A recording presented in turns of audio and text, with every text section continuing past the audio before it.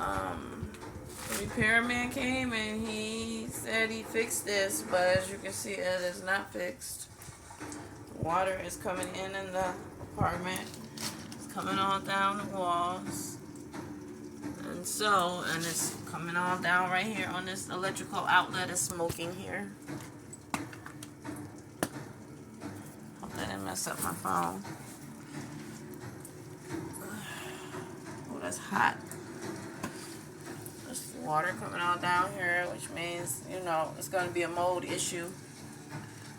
The carpet's going to be messed up. The walls are going to be messed up. And we wouldn't be able to stay in here. So, can you guys please do something about this? The water is all over here. And it is probably coming from the same, it's coming from the same area. You can see it just coming right through the window here.